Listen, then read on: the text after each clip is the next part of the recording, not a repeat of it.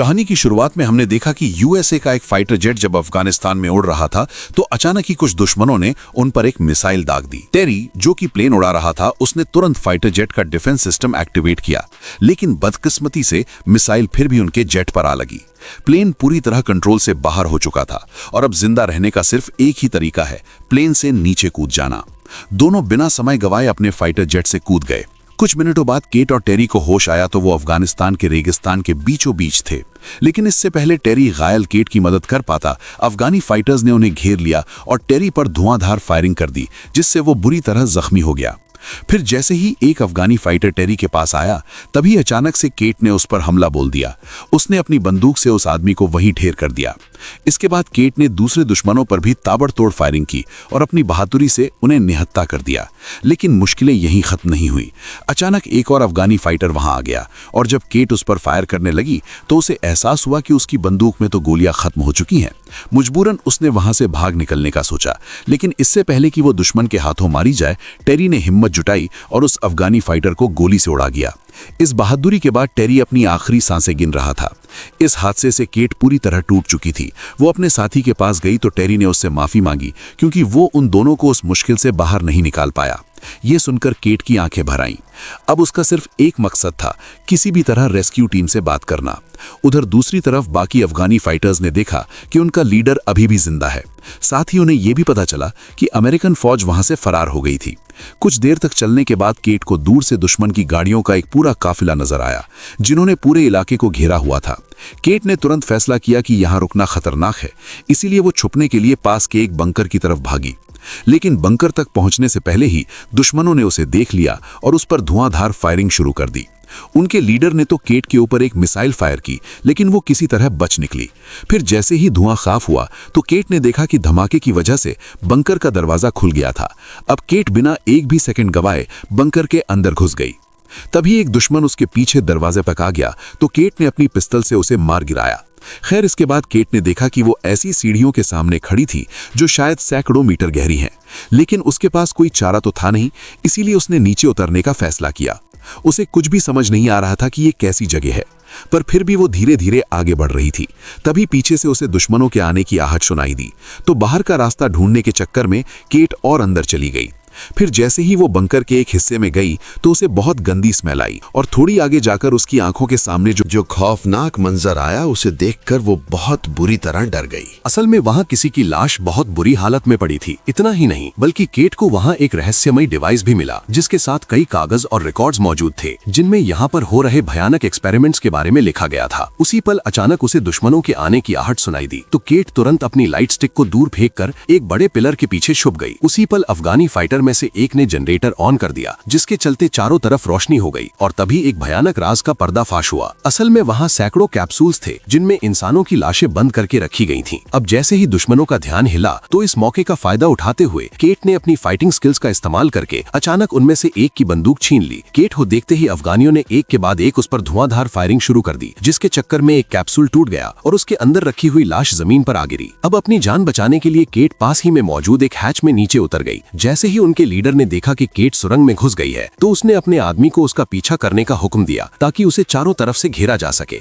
फिर उसने चिल्लाकर दूसरे आदमी को वहीं रुकने को कहा, ताकि अगर केट वापस लौट कर आए तो भी बच न पाए। वो आदमी अपनी जगह संभालते हुए धीरे धीरे उस लाश की तरफ बढ़ रहा था जो कैप्सूल से गिरी थी। उधर केट बिना कोई आवाज किए सुरंगों के अंदर रेंगती हुई आगे बढ़ रही थी। जैसे ही उसके पास एक दुश्मन हैच की जांच करने आया तो केट बिल्कुल पत्थर की तरह जमकर खड़ी हो गई। इसी दौरान जो आदमी पहरा दे रहा था उसने सोचा कि गिरी हुई लाशों को एक पर्दे से ढक देता हूँ। उसे बिल्कुल अंदाजा नहीं था कि उनमें से एक क्रीचर कभी भी जिंदा था और संभलने से पहले ही उस क्रीचर ने उस पर हमला बोल दिया। उसी पल केट किसी तरह इमरजेंसी एग्जिट की सीढ़ियों तक पहुंच गई, लेकिन तभी अफगानों का लीडर मलिक उसके सामने आ गया। उधर दूसरे फाइटर ने अपने साथी की लाश देखी, जिसे वो भयानक क्रीचर नोचन नोच कर खा रहा था। अब वो डर के मारे जोर जोर से अपने सरदार को मदद के लिए बुलाने लगा। इसी मौके का फायदा उठाते हुए केट ने अपनी फ्लेयर गन से उस आदमी के सीने पर गोली चला दी। फिर तुरंत ही उसने जमीन पर गिरी दुश्मन की राइफल उठाई और एक एक करके सभी को मार डाला। इसके तुरंत बाद केट केट ने वहां एक ग्रेनेड फेंक दिया और सीढ़ियों पर चढ़ने लगी। फिर जैसे ही केट ऊपर तक पहुंची तो अचानक एक अफगान ने उसका पैर पकड़कर उसे खींच लिया। केट संभल भी नहीं पाई कि उतने में उस आदमी के चेहरे पर वो भयानक क्रीचर टूट पड़ा और उसे भी निगलने की कोशिश करने लगा। ये सब देखकर केट बहुत ज्यादा घबरा गई और बाहर की तरफ भागने लगी। क्रीचर ने उसे पकड़ने की कोशिश की, लेकिन केट किसी तरह बंकर से बाहर निकल गई। अब इस क्रीचर को अंदर ही कैद करने के लिए केट ने बंकर के दरवाजे को जंजीरों से बंद कर दिया। पर जैसे ही वो वहां से निकलने वाली थी तो एक और दुश्मन उसके सामने आ गया। लेकिन जब उस आदमी ने देखा कि वो क्रीचर बंकर से बाहर निकलने की कोशिश कर रहा है तो वो डर के मारे वहां से भाग निकला। तब केट भी अपनी जान बचाकर फरार हो गई। लेकिन कुछ दूर जाते ही अपनी गहरी चोट की वजह से वो जमीन पर गिर पड़ी।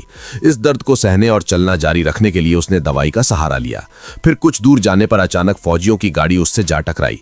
जैसे ही फौजियों को एहसास हुआ कि ये तो उनकी ही साथी है तो वो तुरंत उसकी मदद के लिए दौड़े। फिर अगले दिन केट को आर्मी कैंप में ले जाया गया। वहां उसकी मुलाकात यहाँ की मेजर रॉय से हुई तो केट ने उसे समझाने की कोशिश की कि उस बंकर में कुछ बहुत ही गलत हो रहा है, लेकिन रॉय ने उसकी बातों पर विश्वास नहीं किया। उसने कहा कि लड़ाई के बाद से हालात काफी बिगड़ चुके हैं, इसलिए इस वक्त उनका पूरा ध्यान मेन मिशन पर होना चाहिए। गुस्से में केट ने उस भयानक क्रिएचर के बारे में विस्तार से बताया जिसे उसने भागते वक्त देखा था, लेकिन रॉय अपने फैसले से हिला नहीं। केट को जो डिवाइस लैब में मिला था, रॉय ने उसे भी अपने कब्जे में ले लिया और उसे कैंप के डॉक्टर के पास भेज दिया। इसी बीच सैनिकों की एक टुकड़ी एक कैदी को लेकर वहां पहुंची तो रॉय ने कहा कि इससे पूरी जानकारी निकलवाओ। वहीं बाहर सार्जेंट टॉम केट को शांत करने के लिए आया, क्योंकि वो रॉय के रवैये से काफी गुस्से में थी। खैर, बाद में जब पैरामेडिक के पास केट का इलाज चल रहा था तो सार्जेंट टॉम सार्जेंट जॉन्स के साथ वहां पहुंचा। उन्होंने केट से कहा कि हमें तुम्हारी बात पर पूरा भरोसा है, लेकिन बंकर में वापस जाने से पहले उन्हें यह जानना जरूरी है कि वहां हुआ क्या था। ये सुनते ही केट ने एक रशियन लाइन लिखी जो उस बंकर के दरवाजों पर लिखी हुई थी। उसकी याददाश्त बहुत तेज है तो उसे सब कुछ अच्छे से याद था, लेकिन केट ये नहीं जानती थी कि आखिर इसका मतलब क्या है। तभी अफगानी कैदी ने बीच में कहा कि ये एक चेतावनी है, इसका मतलब है कि इसे खोलना मना है। इसके साथ ही उस आदमी ने दावा किया कि केट ने उस बंकर के बारे में जो कुछ भी बताया सच से उससे कहीं ज्यादा भयानक था, इतना कि वो लोग सोच भी नहीं सकते। इस बात पर टॉम थोड़ा उलझन में पड़ गया। उसने कहा कि अगर उस पर रशियन भाषा में लिखा गया है तो लगभग 30 साल पहले उसे बंद कर दिया गया होगा, क्योंकि 30 साल से यहाँ पर रशिया से कोई नहीं आया। तभी डॉक्टर ने उसकी बात को काटते हुए कहा कि कोई भी इंसान इतने सालों तक बंद रहकर जिंदा नहीं रह सकता। इस पर उस कैदी ने एक और खौफनाक बात कही। उसने बताया कि उस बंकर के अंदर जो जीव जिंदा है वो इंसान है ही नहीं। इस बात ने पूरे ग्रुप को गहरी चिंता में डाल दिया। खैर, फिर शाम ढलने लगी और अंधेरा होते ही सैनिकों ने फैसला किया कि वो पूरे एरिया की रखवाली बारी बारी से करेंगे, क्योंकि किसी भी पल नए दुश्मन सामने आ सकते हैं। उधर अपने कैबिन में रॉय ने कर्नल से बात की तो कर्नल ने कहा कि केट को जो भी वो डिवाइस मिला है उसे जल्दी से भेजो। असल में वो डिवाइस एक रिकॉर्डर था और रॉय ने साफ साफ शब्दों में कहा कि अगर आपको ये चाहिए तो पूरी सच्चाई बतानी होगी कि असल में हो क्या रहा है। वहीं दूसरी ओर हम देखते हैं कि बंकर के गहरे अंधेरों में उन भयानक जीवों ने एक दूसरे को आजाद कर लिया था। फिर धीरे धीरे सब एक जगह इकट्ठा हुए और बाहर निकलने का रास्ता रोकने वाली उन जंजीरों को तोड़ने की कोशिश करने लगे। वहीं रात के वक्त सेरानो नाम का एक फौजी ड्वेन की जगह लेने आया, लेकिन जैसे ही वो आगे बढ़ा तो उसे पीछे से एक अजीब सी आवाज सुनाई दी। मुड़कर देखने पर उसे पता चला कि उसका साथी वहां से गायब हो चुका है। हैरानी और उलझन में सेरानो ने बैरिकेड के पास जाकर देखा कि आखिर हुआ क्या। उसी वक्त डेव को कैंप के अंदर फैलती हुई एक बेहद गंदी बदबू महसूस हुई और शक होने पर वो आसपास देखने निकल गया। तभी उसे दूर से वो भयानक क्रिएचर सीधा बेस की तरफ दौड़ते हुए नजर आए तो डेव ने पूरी ताकत से चीखकर सबको बताना चाहा। अलार्म सुनते ही पूरी टुकड़ी ने अपना सामान उठा लिया और तुरंत लड़ाई के लिए तैयार हो गए। पल भर में ही सभी सैनिकों ने बैरिकेड पर अपनी जगह ले ली और जो कुछ भी हिलता डुलता दिखाई दिया उस पर गोलीबारी शुरू हो गई। अब रॉय को पूरी तरह समझ आ गया कि केट सच बोल रही थी। उसने सार्जेंट टॉम को ऑर्डर दिया कि टुकड़े की अगुवाई करो और सभी खतरनाक हथियारों का पूरी तरह इस्तेमाल करना। इसके बाद सैनिक हमला करके उन क्रीचर्स को खत्म करने की कोशिश करने लगे, लेकिन अचानक ड्वेन पर एक क्रीचर पीछे से टूट पड़ा और सिर्फ एक ही वार में उसका सर धड़ से अलग कर दिया। ये नजारा देखकर उन सब के हाथ पैर फूल गए थे। सियाना ने घबराकर उस क्रीचर पर गोलियां चला दी और उसे दीवार से नीचे गिरा दिया। तुरंत ही पैरामेडिक दौड़कर ड्वेन की मदद करने पहुंचा, लेकिन वो क्या ही कर सकता था। उसी पल उन भयानक क्रीचर्स में से एक ने अचानक उछलकर सैनिकों पर हमला करने की कोशिश की, लेकिन टॉम ने फौरन अपनी बंदूक से गोली चला दी, जिससे वो क्रीचर सीधा मेजर की हट के अंदर जा गिरा। फिर बिना एक भी पल गंवाए रॉय उस पर टूट पड़ा और अपनी बंदूक से लगातार वार करने लगा। गोलियों की बौछार से उस क्रीचर के शरीर का एक हिस्सा पूरी तरह नष्ट हो गया। अब कैंप के बाहर सैनिक अलग अलग दिशाओं में फैल गए थे ताकि जितना हो सके उतने क्रीचर्स का सामना किया जा सके। इसी बीच जैसे ही टॉम ने अपनी फ्लेयर जलाई तो उसे दूर से और भी ज्यादा क्रीचर्स आते हुए नजर आए। ये देखकर उसने जोर से पूरी टुकड़ी को तुरंत पीछे हटने को कहा, लेकिन पीछे हटने से पहले ही बदकिस्मती से 2 सैनिक उन क्रीचर्स का शिकार हो गए। साथ ही एक तीसरा फौजी जो वॉशरूम में छुपने की कोशिश कर रहा था वो भी पकड़ा गया। उधर जैसे ही केट को एक क्रीचर के पास आने की आवाज आई तो उसने जल्दी से हथियारों की संदूक खोलने की कोशिश की, लेकिन वो संदूक नहीं खुली और कैबिन के अंदर घुसते ही उस क्रीचर ने केट पर जोरदार हमला बोल दिया। इसके बाद उस भयानक क्रीचर ने अपनी लंबी जुबान से उसे जकड़ने की कोशिश की। अफगानी कैदी ने जैसे तैसे खुद को आजाद किया और जल्दी से वो हथियारों वाली क्रेट खोल दी। फिर उसने जल्द ही एक मशेटी उठाई और पूरी ताकत से क्रीचर पर जोरदार वार किए, जिसके बाद वो क्रीचर जमीन पर गिर पड़ा और केट तब भी गुस्से से लगातार उस पर वार करती रही। वहीं बाहर कैंप में पूरी तरह अफरा तफरी मची हुई थी। एक फौजी अपनी मशीन गन से लगातार उन क्रीचर्स पर हमला कर रहा था, लेकिन मौका मिलने पर एक क्रीचर ने उसे भी मार डाला। इसके बाद वो भारी बंदूक फायर करते हुए अपने आप घूमने लगी और गोलियां सीधा फ्यूल कैंस पर जा लगी। अगले ही पल पूरे कैंप में एक भयानक विस्फोट हुआ और इस धमाके के बाद सैनिकों ने देखा कि एक क्रीचर बिल्कुल उनके सामने खड़ा था। तब उन सब ने मिलकर आखिरकार उसे मार डाला। उसी पल मेजर ने देखा कि उसकी बंदूक की गोलियां खत्म हो गई थीं। वो कुछ कर पाता उससे पहले ही एक क्रीचर ने उस पर जबरदस्त हमला कर दिया। तब केट और अफगान कैदी के साथ बाकी सैनिक तेजी से बैरिकेड की तरफ भागे। साथ ही जोन्स ने तुरंत कैदी को अपनी गिरफ्त में ले लिया। अचानक छाई खामोशी को महसूस करते ही टॉम समझ गया कि अब यहाँ रुकना खतरनाक है। उसने सियाना को तुरंत हथियारों के बेस की तरफ दौड़ने का हुक्म दिया, जबकि वो खुद पैरामेडिक के साथ मेजर को ढूंढने निकल पड़ा। कैबिन में पहुंचते ही सैनिक ने उस क्रीचर पर एक स्टन ग्रेनेड फेंका और इसी मौके का फायदा उठाते हुए रॉय ने अपना बेसबॉल बैट उठाया और एक जोरदार वार के साथ क्रीचर को गिरा दिया। इसके बाद सबने मिलकर अपने सीनियर ऑफिसर को बचाया और उसे आर्मरी में ले गए, जहां डेव और बाकी सैनिक एक के कंटेनर को खोलने की कोशिश कर रहे थे। इसी बीच सैनिक बड़ी टुकड़ी के पास लौटे, लेकिन अचानक एक क्रीचर ने उन पर हमला कर दिया। अब केट ने कंटेनर से एक कुल्हाड़ी उठाई और सीधा क्रीचर की पीठ पर चढ़ गई। केट ने उस क्रीचर को काफी हद तक घायल कर दिया, जिसके बाद टॉम ने आगे बढ़कर उसे पूरी तरह खत्म कर दिया। फिर रास्ता साफ होते ही पूरा ग्रुप दौड़कर कंटेनर के अंदर घुस गया। दरवाजा बंद करने के बाद उन्होंने थोड़ी देर के लिए आराम किया और फिर आगे क्या करना है ये सोचने लगे। सुबह होते ही जब सैनिकों ने कंटेनर का दरवाजा खोलकर कैंप का जायजा लिया तो अपनी आंखों के सामने का मंजर देखकर वो दंग रह गए। असल में वहां ना तो कोई क्रीचर था और ना ही मरे हुए सैनिकों की लाशें। थोड़ी देर ढूंढने के बाद उन्हें आखिरकार एक क्रीचर की लाश मिली, तो सब मिलकर उसे ध्यान से देखने लगे ताकि ये समझ सकें कि आखिर इस भयानक क्रीचर का राज क्या है। जांच के दौरान डॉक्टर विल्स को पता चला कि वो क्रीचर अपने दांत अंदर बाहर कर सकते हैं। उनकी चमड़ी बेहद मोटी है और हैरानी की बात तो ये थी कि उनके शरीर के कई अंग इंसानों वाले थे। सिर्फ इतना ही नहीं, उनके ग्रुप को यह भी समझ आ गया कि इन क्रीचर्स की सबसे बड़ी कमजोरी है धूप। इनका डीएनए पूरी तरह से बदल चुका है, इसीलिए सूरज की रोशनी इन पर सीधा असर करती थी।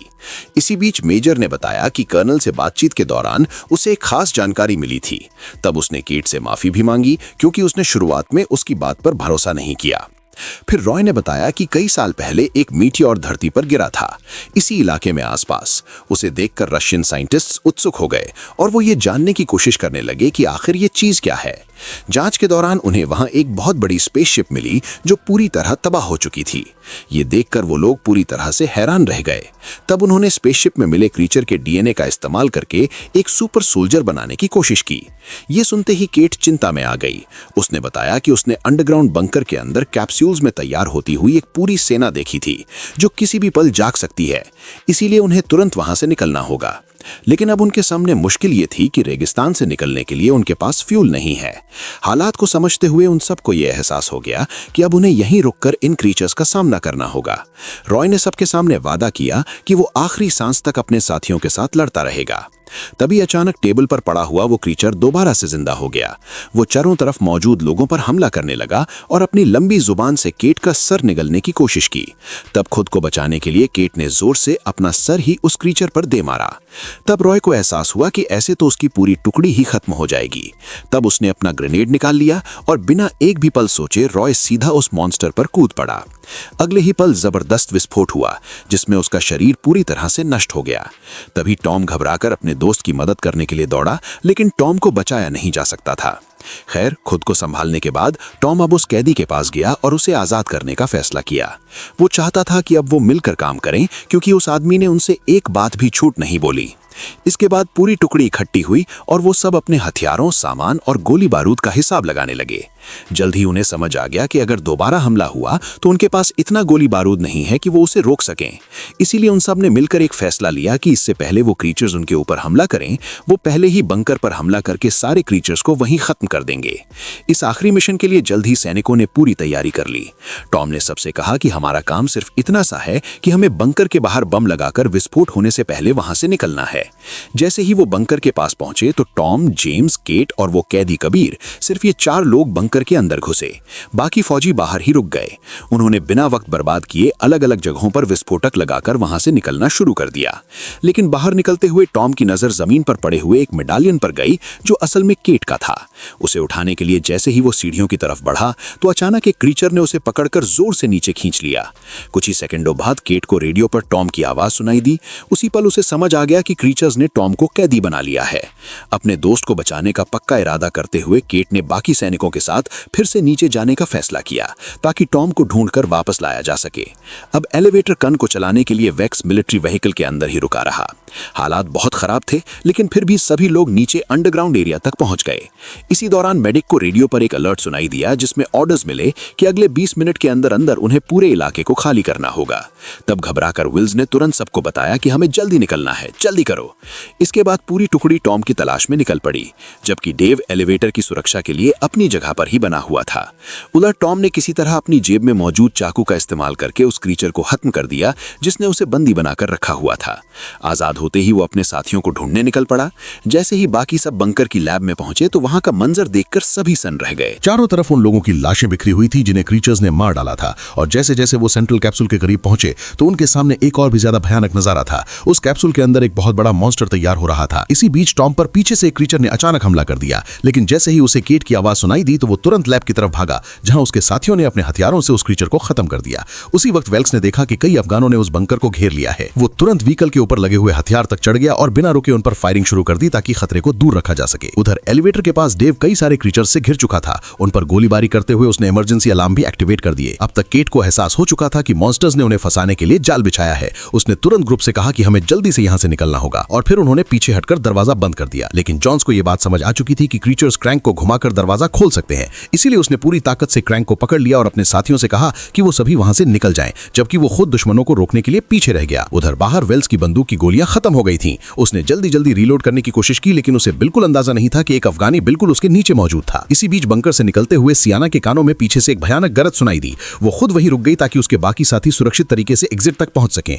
थोड़ी ही देर में पूरी टुकड़ी एलिवेटर तक पहुंच चुकी थी, लेकिन जैसे ही टॉम को एहसास हुआ कि सियाना उनके साथ नहीं है तो उसने तुरंत उसे बचाने का फैसला किया। उसने बाकी सबको ऑर्डर्स दिए कि अगर मैं 5 मिनट के अंदर अंदर बाहर नहीं आया तो सारे बॉम्ब्स एक्टिवेट करके वहां से निकल जाना। उधर सियाना पर एक क्रीचर ने अचानक हमला कर दिया। वो आसपास पड़े सामान का इस्तेमाल करके अपने दुश्मन का सामना कर रही थी। गुस्से में वो लगातार वार करती रही और आखिरकार उसने क्रीचर को खत्म कर दिया। लेकिन तभी पीछे से एक और क्रीचर आया और उसके चेहरे के एक हिस्से को बुरी तरह नोच लिया। ये वार इतना भयानक था कि सियाना की मौके पर ही मौत हो गई। ये देखकर टॉम गुस्से से भर गया। उसने एक चाकू उठाया और डस्टबिन के ढक्कन को ढाल बनाकर क्रीचर से लड़ने लगा। वहीं जॉन सब इस सबसे बहुत थक चुका था। उसने दरवाजे से हटकर अपना डेटोनेटर निकाला और अपने दोस्तों को बचाने के लिए खुद शहीद हो गया। इस जबरदस्त विस्फोट में उसके आसपास मौजूद सारे म्यूटेंट खत्म हो गए। धमाके की आवाज सुनते ही टॉम समझ चुका था कि अब वहां रुकना मौत को दावत देने के बराबर है। उसने तुरंत वहां से भागने का फैसला किया। वहीं बाहर एक अफगानी ने पैरामेडिक पर हमला बोल दिया। वो अपने चाकू से वेल्स को मारने ही वाला था, लेकिन उसने जैसे तैसे अपनी जान बचाई। फिर हर एक दुश्मन से बहादुरी से लड़ते हुए उसने कन एक्टिवेट की ताकि वो पूरे ग्रुप को ऊपर खींच सके। लेकिन दिक्कत ये थी कि ब्लास्ट के चलते मैकेनिज्म का एक हिस्सा डैमेज हो गया था,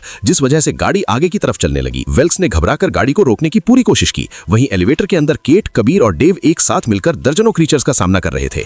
अचानक एक क्रीचर ने अपनी बाजू से डेव के सर पर वार किया और वो वहीं पर ढेर हो गया। जैसे ही पैरामेडिक को समझ आया कि कन को अब रोका नहीं जा सकता तो उसने गाड़ी की दूसरी तरफ कूदने का फैसला किया। इसी बीच उनकी लड़ाई के दौरान कबीर को सीढ़ियों के ऊपर मिलिट्री व्हीकल दिखाई दिया, लेकिन तभी एक क्रीचर ने उसे पकड़ लिया और कबीर समझ चुका था कि अब उसका बचना मुश्किल है। उसने जोर से चिल्लाकर केट को प्लेटफॉर्म से कूदने को कहा। उसकी वजह से बिल्कुल ऐन मौके पर केट की जान बच गई, जबकि एक जबरदस्त धमाके में कबीर और बाकी सभी क्रीचर्स खत्म हो गए। कुछ सेकंडों बाद केट की मुलाकात टॉम से हुई। दूसरी तरफ वेल्स पर अभी भी कुछ दुश्मन जानलेवा हमला करने वाले थे, लेकिन आखिरी पल पर उनकी टीम वहां आ पहुंची और अपने हथियारों से सबको खत्म कर दिया। थोड़ी देर बाद उनके ग्रुप ने देखा कि मिलिट्री प्लेन एक न्यूक्लियर मिसाइल फायर कर रहा है। तब वो लोग तुरंत एक गाड़ी में बैठकर वहां से भागने की कोशिश करने लगे। आखिरकार एक बड़ा बम जमीन पर आ गिरा और रेगिस्तान के कई किलोमीटर के इलाके में सब कुछ तबाह हो गया। इस धमाके में मुश्किल से सिर्फ 3 लोग अपनी जान बचा पाए थे। वो ये समझ चुके थे कि ये हमला इस बात को यहीं दबा देने के लिए किया गया था और उन्होंने भी बिना पीछे देखे हमेशा के लिए उस जगह को छोड़ दिया। वीडियो पसंद आई तो लाइक कर देना, फिल्मीनिक्स चैनल को सब्सक्राइब कर लेना। मिलते हैं अगली वीडियो में। धन्यवाद।